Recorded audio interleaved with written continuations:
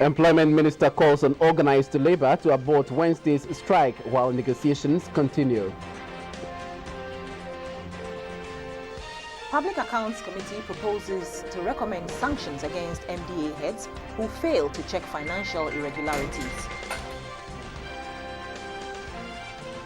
And Mali vows to help Burkina Faso tackle Islamist militants.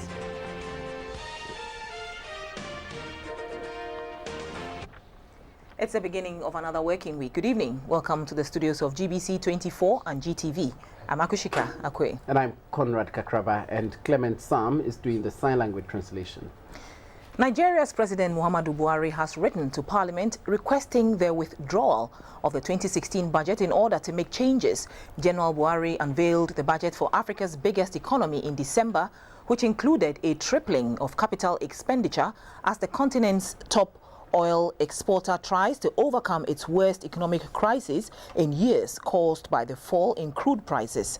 The president said spending would be 6.08 trillion naira and the deficit would double to 2.2 trillion naira or $11 billion under his administration's plans. With Brent crude, which gives Nigeria around 95% of its foreign earnings, falling below $30 a barrel for the first time in 12 years, the naira has dropped to record lows against the dollar on the parallel market amid dwindling foreign exchange reserves. The 2016 budget assumed an oil price of $38 per barrel, whereas lawmakers passed last year's budget at $53 a barrel. Last week, the naira peaked at around 198 to the dollar on the official interbank market, slid to a record low of 305 to the dollar on the parallel market, fueling speculation that Nigeria will soon have to devalue its currency, and stocks posted their biggest fall in 8 years. Senate members have summoned Central Bank Governor Godwin Emefiele to explain the naira's plunge on Tuesday.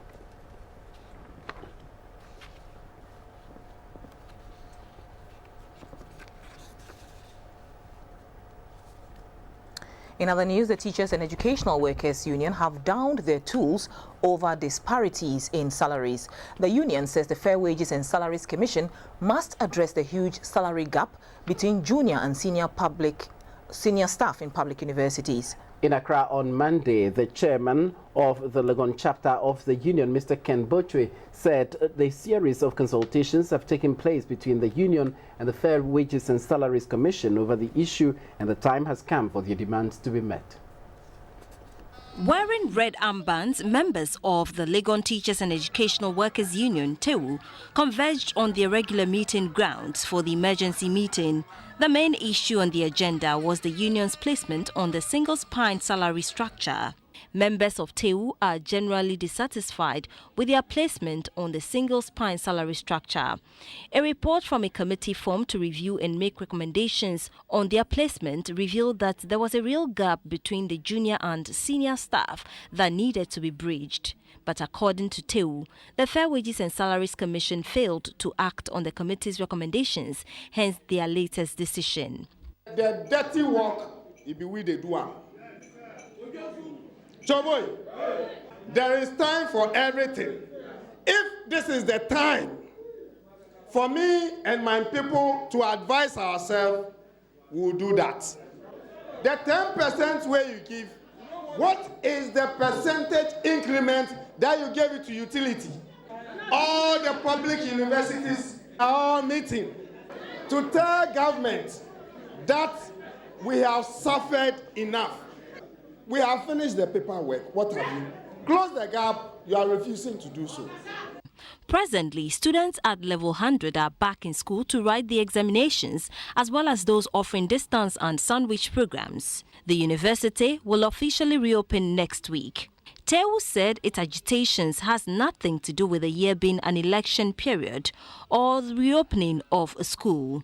TEU said it has given the government enough time to correct the disparities in the teachers' and workers' salaries. It has declared that on Wednesday, TEU will join organized labor on its intended nationwide industrial action in connection with the increases in utility tariffs.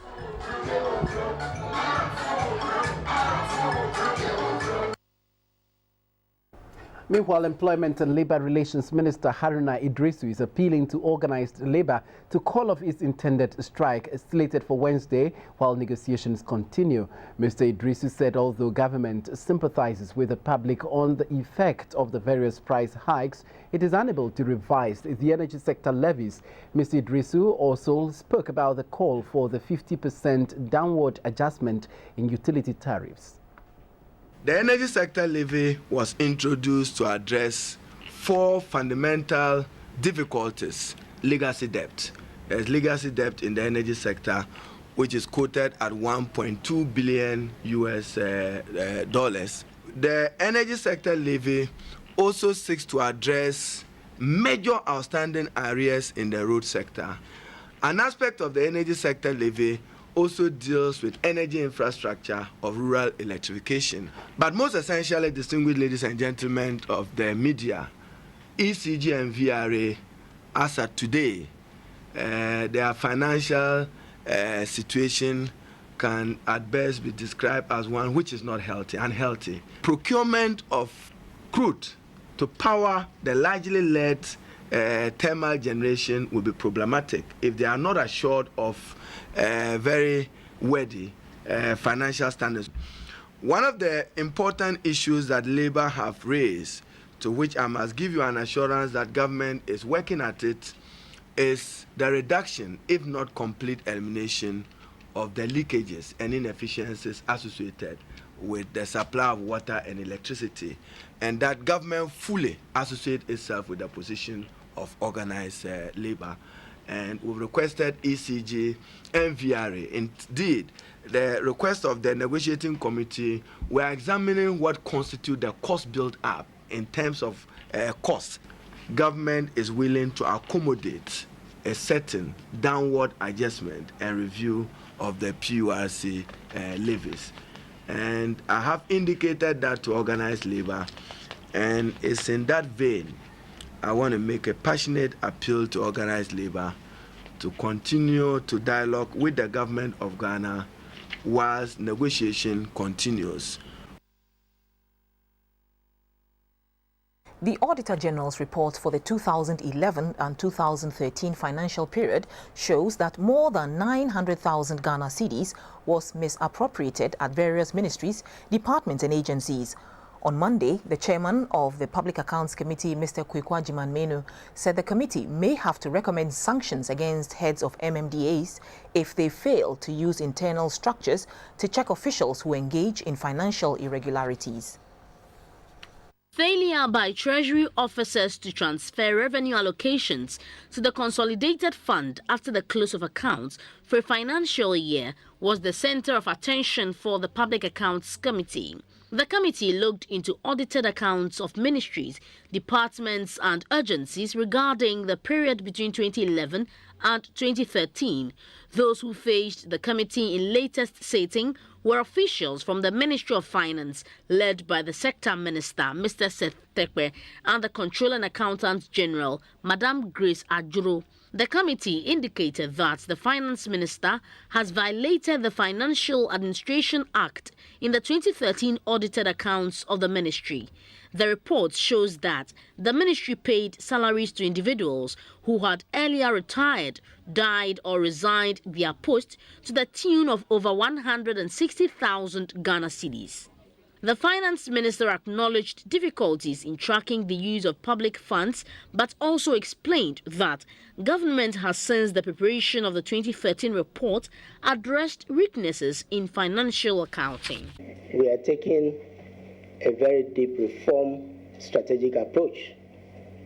And as we mentioned again in the budget, hopefully during the next sitting of Parliament, we will be presenting the Public Financial Management Bill.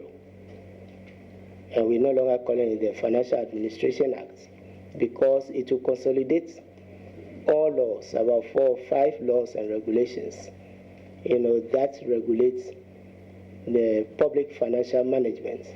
Other details that came up were the failure of Treasury and financial officers' refusal to submit payment vouchers of over 13,000 cedis in the Esujaman districts. There was also the failure by the Yilo Krobo district to transfer 20,265 Ghana cedis being unclaimed salaries in suspense accounts to the Consolidated Fund. Representatives of the Comptroller and Accountant General's Department were asked to explain these infractions. We send bulk monies to every bank, every branch to credit the individuals. Now, if for some reason an individual does not earn the money, deletion kicks in if when the MDA gives the go-ahead or does the deletion. Now, the issue is when the bank credits the account of government to say that this employee is not entitled to the money, what happens? And I think that's what we've explained, that these accounts indeed are accounts opened, salary suspense account of the Comptroller and Accountant General. At the time that the banks transfer the monies to this suspense, they advise the treasuries. The chairman of the Public Accounts Committee, Mr. Kweku Ajumai Menu, said a concerted effort is needed to minimize such irregularities. The Auditor General continues to tell you that people are not following the regulations. So even if ARICs are working, the very important thing about people complying is more important than the ARIC work. So we still have challenges. Other agencies, including the Ghana Revenue Authority, the Bank of Ghana, the Ministry of Health, and the Ghana Fire Service, are expected to appear before the committee in subsequent sittings. President Mahama has been appointed by the UN as co-chairman of a group of eminent persons to champion the Sustainable Development Goals. The other chairman is the Prime Minister of Norway, Ms. Erna Solberg. The group also includes Her Majesty Queen Mathilde of Belgium, Grassa Marshall, President, Foundation of Community Development, and the UNESCO National Commission in Mozambique, and Professor Jeffrey Sachs, the Director of Earth Institute at Columbia University. They are part of a team that will be advocates of support for the Secretary General in his efforts to generate momentum and commitment to achieve the SDGs by 2030. The goals adopted last year by world leaders at the United Nations Sustainable Development Summit represent a commitment by all nations to work together to end poverty, achieve shared prosperity, build peace, secure a life of dignity, and a healthy planet for present and future generations. 300 prosecutors drawn from the various regional police commands are undergoing a training program to upgrade their skills and knowledge. The program, which is under the auspices of the Law Development Associates Institute, is to bring the prosecutors up to date with new trends and approaches in prosecuting cases effectively. Effective police prosecution forms an integral part of justice delivery globally. A prosecutor plays the role of seeking justice for a multiplicity of persons. However, the manner in which some prosecutions are handled in Ghana affects the trust reposed in police prosecutors. In 4 weeks, the prosecutors from across the regions will be trained in innovative ways of prosecution with emphasis on improving the relationship between the Ghana Police Service and the public. A board member of the Law Development Associates Institute, LADA, organizers of the program, Mrs. Christine Dewona, said by 2017, all remaining police prosecutors in the country will benefit from the training program. The Director General, Legal and Prosecution at the Ghana Police Service, ACP Edward Tebri, said as part of the transformation process currently underway in the judiciary, some mechanisms have been introduced to track the work of prosecutors. We are asking you to submit quarterly report of all cases that you are doing. And the parameters are there. You have to tell us when you received the case, what type of case, when it was entered for prosecution. Sometimes people say, oh, I've put in the system has not picked it, and then people will be languishing in jail.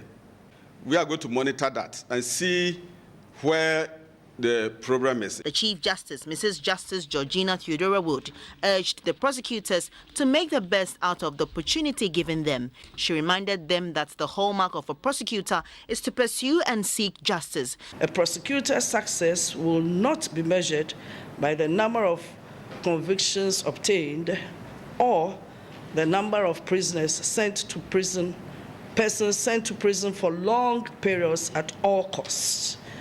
Your success will be defined, among other important criteria, by your capacity for integrity or honesty, diligent preparation, fairness, and your ability to further the cause of justice. The U.S. government, through the Law and Development Associates Institute, LADA, is funding the training program. Ghana has tightened security at its border with neighboring Burkina Faso following the weekend terror attacks in Ouagadougou. A while ago, a senior customs official at the Paga border, Emmanuel Lawson, and the head of the District Security Committee, George Nontera, who is also the DCE, told GBC24 measures have been put in place to strengthen security in that part of the country. Okay, so for now, the security, I would say, is really getting tighter and tighter at the border. We've got assistance from the military. I may not give you the full details, but just a gist. We've got assistance from the military who have also arrived this morning. And we had a meeting with the Security Council met. And so there are measures in place to tighten security and even sensitize the people on what we expect them to do. Actually, life is normal here. Life is normal. People are going about their normal activities as if nothing was really happening. Hello, the fact that the people will be afraid after hearing what happened in Burkina is natural. It's natural. You know, even it shouldn't be only the people of the district, but in fact, even the whole nation. The Ghana Education Service is to introduce literature in English as an examinable subject at the Basic Education Certificate examination level. The aim is to promote the reading habit among junior high school students. Ahead of the introduction, a training program has taken place for selected English teaching teachers from Ashanti, Bunahafo, and the northern regions. After this program, the teachers who are members of the Ghana National Association of Teachers in English will train their colleagues. Around the world today, reading, which improves the understanding of good communication in the English language, is said to be taking a nosedive. For Ghana, even though the recent pass rate of students in English language has improved somewhat, the authorities want to improve on the quality. So, the GES plans to reintroduce literature in English as an examinable subject. An English tutor at the Kumasi Anglican Senior High School, Mr. Hamidu Seidu, said silent reading, which was a methodology to teach in the past, must be changed to reflect the needs of today. There are certain things, you know, they are beautiful on paper, but application is wrong. You imagine entering a classroom when it's poetry or comprehension, you say, read silently aloud. Read silently.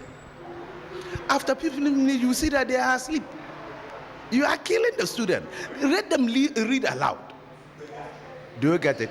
Reading aloud has got many benefits. Pronunciation, and then it will make others to read. As we have called him to read, it will actually make them develop interest in reading. Ms. Veronica Kwetia is a member of the Ghana National Association of Teachers of English. The GES is proposing a textbook for the subject titled The Cock Crow. It was launched during the program by the Director General, Mr. Jacob Kor. Expressing his concern about the poor reading habits among students, teachers and Ghanaians in general, he said teachers must first cultivate the habit of reading before they can teach their children its benefits. Mr. Kor suggested that the best way forward is to whip up enthusiasm in students. We should not forget, if we are talking about habits from the psychological point of view, I'm aware that before you acquire a habit, you should have consistently practiced that thing for at least 21 days. So I believe that we will go and hammer and use all the skills in ensuring that children acquire the habit of reading consistently for 21 days. And after that, that culture or that habit should be within the children. The Deputy Director General of the GES, Dr. Stephen Edu, said with English being the foundation on which all other subjects are built, not appreciating the importance of reading could shatter a student's dream of climbing the academic ladder. The Cockcrow, a 190-page English literature book, is a collection of short stories, poems, and a play. Lawyers for Smarties Management and Productions Limited have reached an agreement with the Attorney General to settle in full the excess payment for the rebranding of new buses for the Transport Ministry.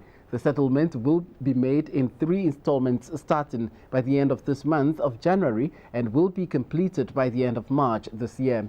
The repayable amount has been reviewed from 1.9 million Ghana cedis to 1,548,608 Ghana cedis for pesos. This is because of the revised value-added tax position, revised withholding tax position, and set-off of 27,173 Ghana cedis, 74 pesos, being over deduction of withholding tax on original payment. The settlement follows a directive from the Chief of Staff to the Attorney General to recover excess payment for respraying and branding 116 new buses for the Ministry of Transport. We'll be back with business.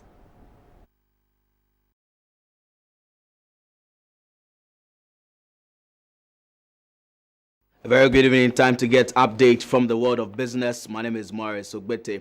Now, Baba Ibrahim is the overall winner of the Vodafone Yetriko promotion. The Takrady-based sales officer walked away with a check of 100,000 Ghana cedis. Ishmael Manaf came second and took home 10,000 Ghana cedis, while Philip Paitu, the second runner-up, received 5,000 Ghana cedis. Vodafone's Yetriko promotion was announced in October 2015 to celebrate 6 years of service to Ghanaians and to reward its loyal customers.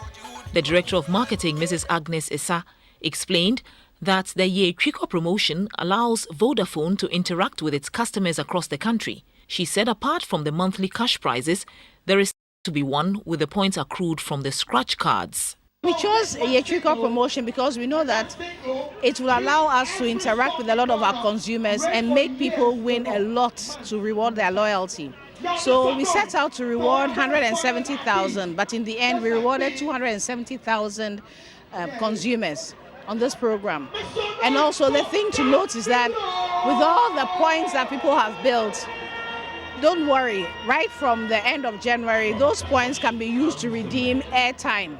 So it's not a waste at all. Some people have built points, but they did not win anything in the monthly prizes, but they can still win airtime. And we're also extending the promotion to reward another 2.6 million customers coming all the way into March 31st. The ultimate winner of the Yetriko promotion, Baba Ibrahim, who is a sales officer at Olam, said knowing that there were other competitors in the promotion, he went an extra mile to invest more money and was confident of winning. I knew there were competitors, so I didn't know my chances. I mean, having to be called that you are the winner, I invested something and I've won. So it's about taking my investment, knowing my profit, knowing how to invest. So for now, I'm keeping it cool till I plan what to do with the money. It's a huge money. If it's true and somebody has won it, I'm also somebody, I can win something. So I decided to join. 270 customers have been rewarded so far. The promotion has been extended till March the 31st, 2016.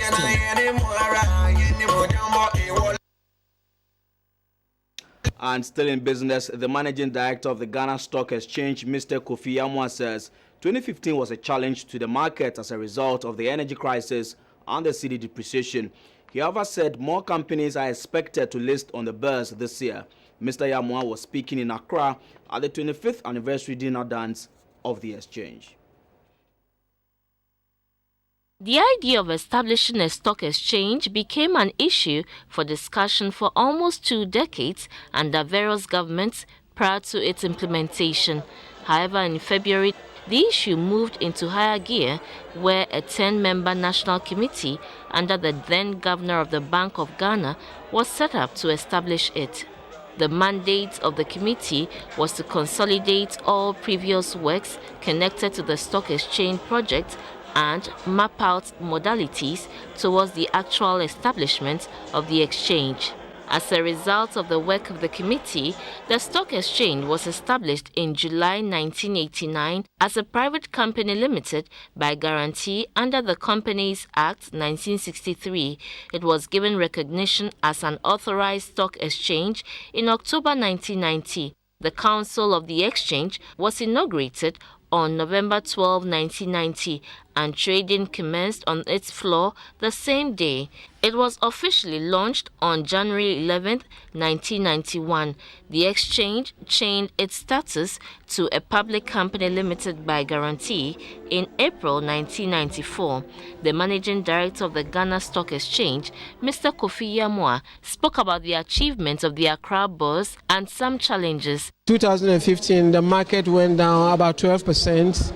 But you cannot extricate that from the general issues that confronted the economy of the country in 2014 and 2015, notably the depreciation of the cedi, the energy challenges that the country faced, the macroeconomic difficulties with high interest rates and so forth. And so naturally, a stock market will not be outside the remit of what the country also is experiencing. The former Minister for Finance, Mr. Ya Osafo-Mafo, said Ghana Stock Exchange can only develop with medium and long-term fund. Ghana can only develop if we are able to also develop a long-term source of funding. You cannot build a state with short-term funds because industries can only be established with medium to long-term funds. Therefore, the need for a stock exchange is necessary, and we should all contribute to develop it. There are many things you can do with short-term funds, but many other things you need long-term funds. Past chairmen and managing directors were awarded for their immense contributions towards the development of the Accra Bourse. The Ghana Revenue Authority, GRA, has held a send-off ceremony for its retired officers at the Accra International Conference Center. 150 retired officers who, during their tenure of office, helped in the development of the institution were honored. The Ghana Revenue Authority was established in 2009 as a measure of the Internal Revenue Service IRS, Customs, Excise and Preventive Service SEPS, Value Added Tax Service, and the Revenue Agency's Governing Board Secretariat. Since its inception, the Ghana Revenue Authority has helped develop the country in diverse ways. At the end of year send-off ceremony for its retired officers, the Commissioner General of the Ghana Revenue Authority, Mr. John Blankson, congratulated the 150 retired officers for their good work done while in active service. When a revenue officer collecting revenue, seeing money every day, is able to do his work with diligence and honor and reaches the age of 60 and is retiring honorably, it's something that calls for celebration. And we do this ceremony to acknowledge them, show appreciation to them, and also to tell the rest who are still in service that if they also perform creditably and are sincere and honest in what they do, that is in the revenue work, they will also have the same honor that we are giving to our retiring staff. The chairman of the occasion, Mr. Edward Labisian, noted the institution achieved the African benchmark of doubling revenue 3 years after it was established. The retired officers were presented with a citation, a 24-inch plasma TV, and a wax print. The Commissioner General, Mr. Blankson, advised the current staff to work with passion. We go back to the interbank market, where the cedi opened the week by showing signs of resilience against all major trading currencies. Now, the cedi maintained its value against the dollar to trade at 3 cedis 80 pesos.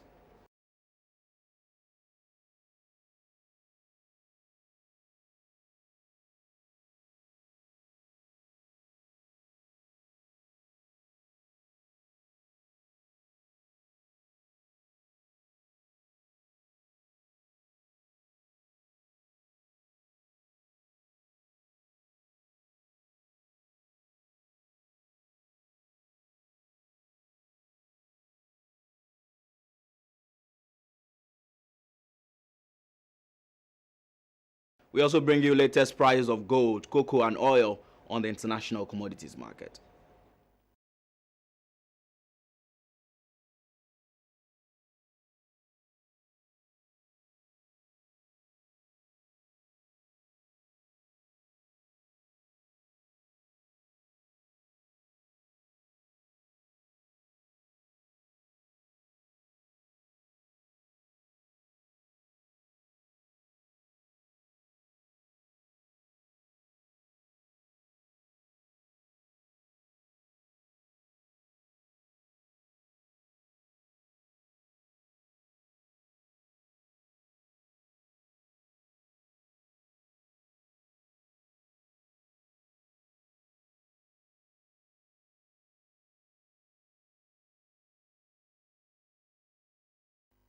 News hour continues after this break. Stay with us.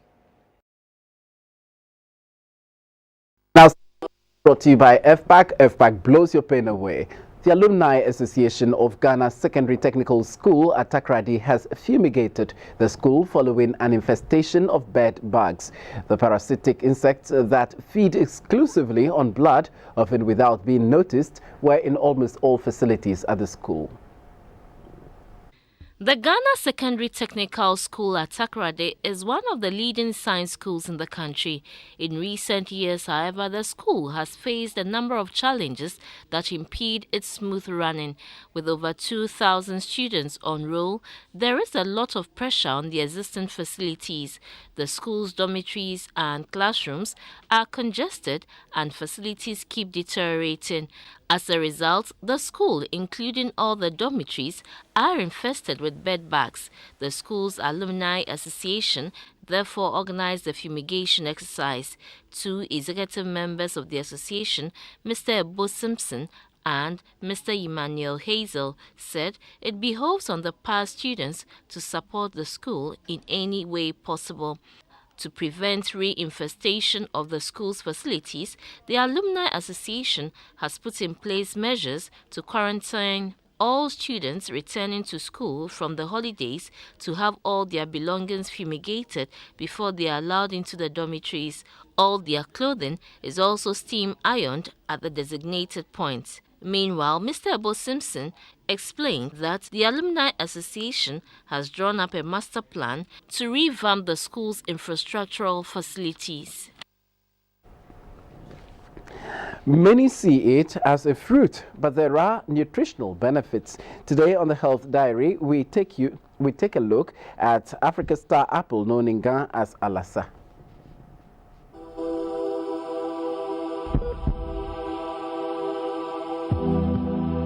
The African star apple, alasa, is botanically known as Chrysophyllum albidum.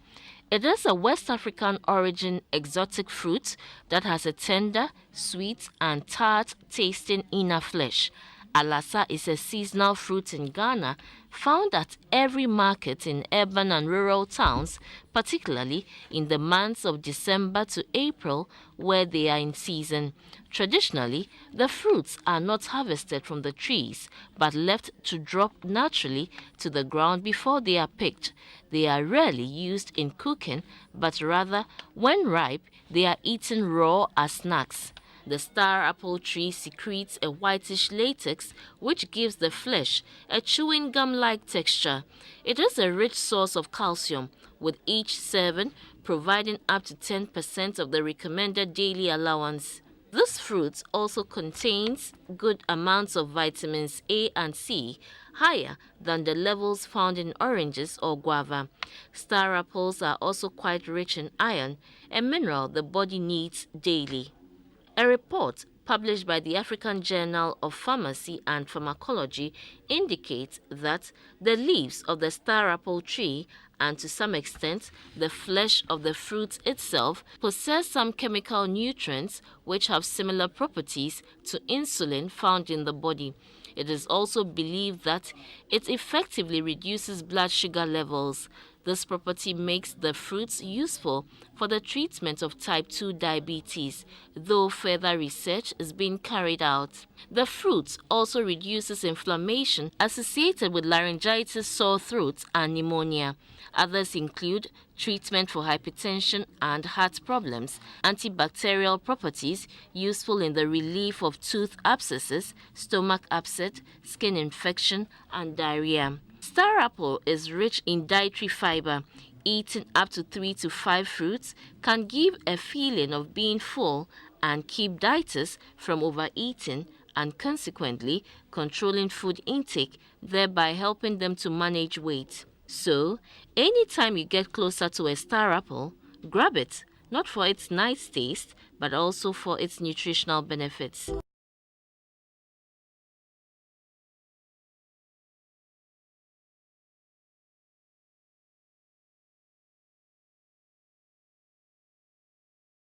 In other news, Mali has vowed to help Burkina Faso tackle Islamist militants after a hotel attack in Ouagadougou left 29 people dead at the weekend.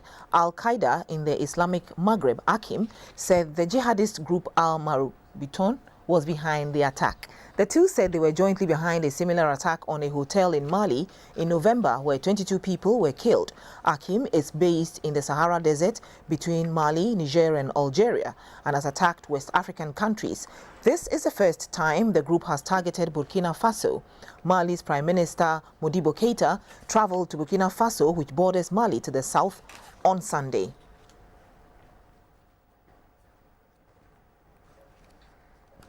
Senegal's President Macky Sall has proposed to cut his own term in office by 2 years. Changing the president's mandate from 7 to 5 years is part of several proposals for constitutional reforms which are to be put on to a referendum. The president's office says they are aiming to strengthen democracy. Several African presidents have recently done the opposite, changing constitutions to extend their time in power. The new constitution would not allow a president to run for more than 2 consecutive terms in office. Reports say after reducing his term in office, Mr. Sall is then expected to put himself forward for re-election in 2017 instead of 2019. Other suggested amendments to the constitution include an upper age limit of 75 years. The date for the referendum is yet to be announced.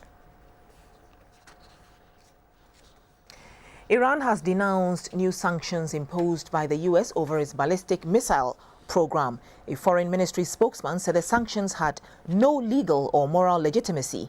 The new U.S. move came just a day after international sanctions against Iran over its nuclear program were lifted. The head of the world's nuclear watchdog visiting Tehran says Iran has agreed to further strengthen its cooperation with his organization. The new U.S. Treasury sanctions prevent 11 entities and individuals linked to the program from using the U.S. banking system. In October, Iran tested a precision-guided ballistic missile capable of delivering a nuclear warhead in defiance of a UN ban. The U.S. says Iran's ballistic missile program poses a significant threat to regional and global security and will continue to subject itself to international sanctions. Next is sports. Good evening, let's talk sports. I'm Theophilus Sampa. This is in partnership with Lunat and Tornado Betters. Ex-Black Stars captain Stephen Appiah, former Arsenal player Sue Campbell and Ghanaian-born Netherlands player George Boateng have paid a courtesy call on former President John Agyekum Kufuor in Accra. The group officially informed him of their intention to organize 2 football matches to promote peace ahead of the upcoming general elections in November. A delegation from Primeval Media Ghana, made up of former captain of the Black Stars Stephen Appiah, former Arsenal player Sue Campbell, and Ghanaian-born Netherlands player George Boateng on Monday, 18 January, paid a courtesy call on former President John Agyekum Kufuor at his residence in Accra. It was to officially inform him of their intended football match aimed at promoting peace and unity ahead of the 2016 general elections in November. The trio appraised the former president of how crucial peace is to the development of the game. President Kufuor praised them for their foresight and urged them to use the power of football to maintain the peace in the country. I see that truly soccer is a unifier. through soccer, we can enhance peace, unity in Ghana and beyond. So I welcome all of you. The Three Stars will lead a team of former players to play 2 matches on June 8 and 10 in Kumasi and Accra between a World Select side against Kumasi Asante Kotoko and the Black Stars. The second leg of the 2015-2016 Ghana Rugby Club Championship has taken off. Defending champions Cosmos Buffaloes maintained their unbeaten run with a 46-8 point victory over Dansoman Hurricanes. The day kicked off with UCC Spartans from Cape Coast welcoming Idas Sports RFC.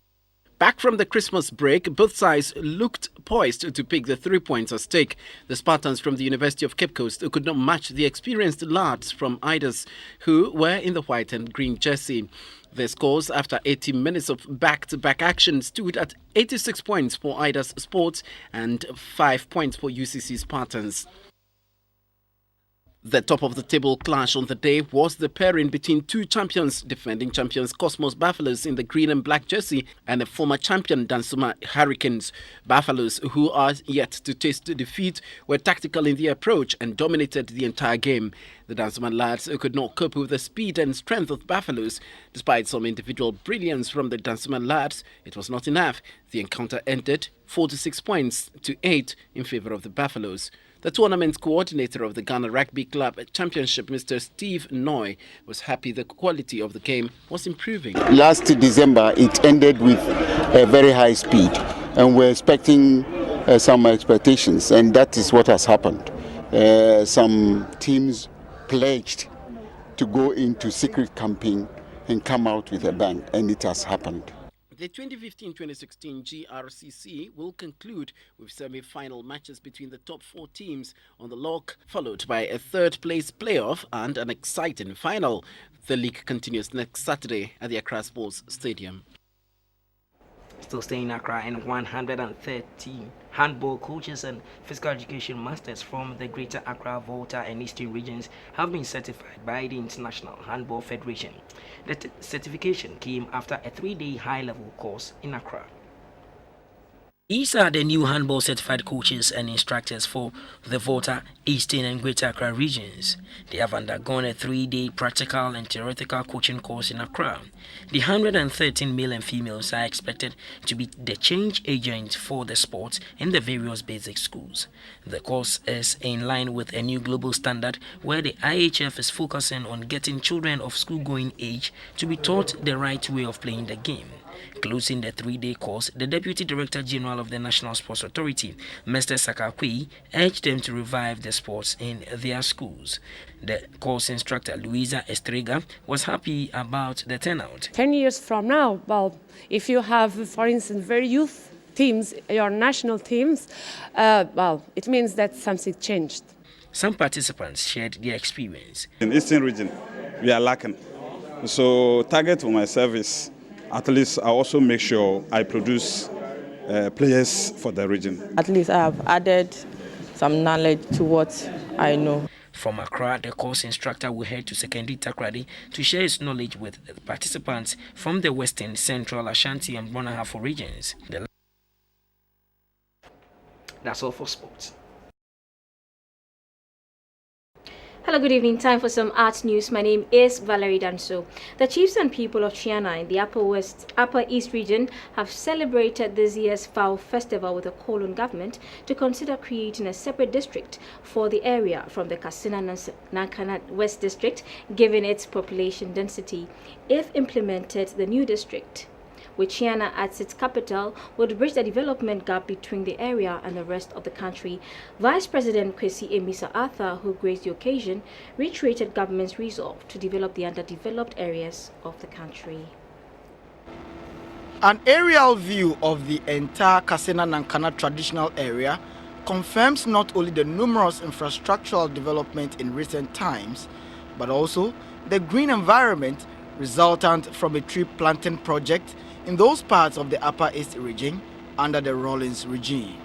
Despite the ban on bush burning during the Harmattan season, just to keep the fruitful vegetation which gives bumper harvest, parcels of farmlands are still being burnt.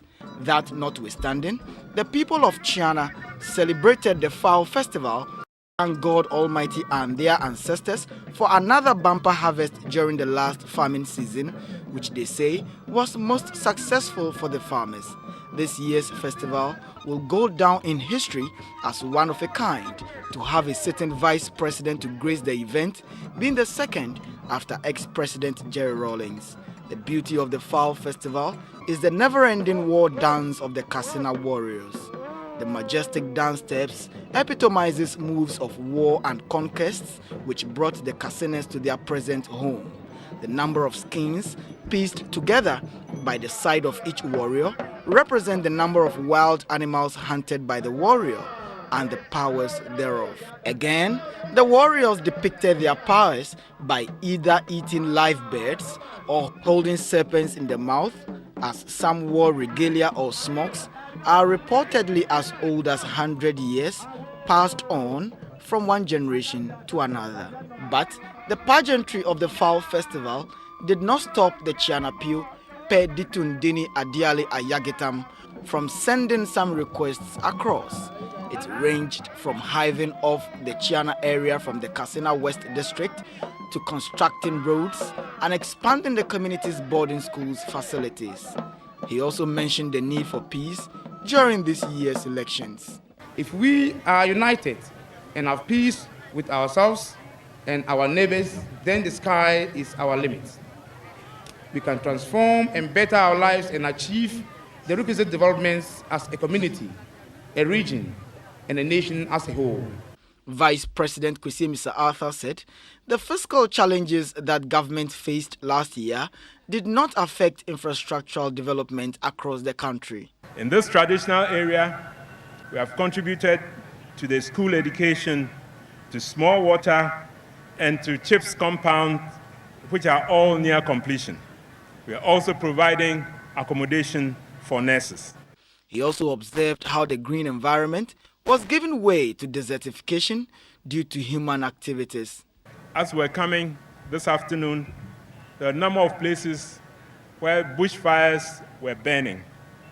And so I add my voice to yours to ask that in this severe and prolonged Harmattan period, we must reduce the extent of bush burning because it creates havoc to the land and makes agriculture even more difficult than it is. The happy moments of the fowl continued into the wee hours of the night with the hope that next year will bring good tidings. Mto Bibini Mto, GBC24, Chiana. A hip-life artist and gospel musician, after a close shave with death, narrated how his ordeal turned him into a preacher man. He was a guest on our showbiz segment.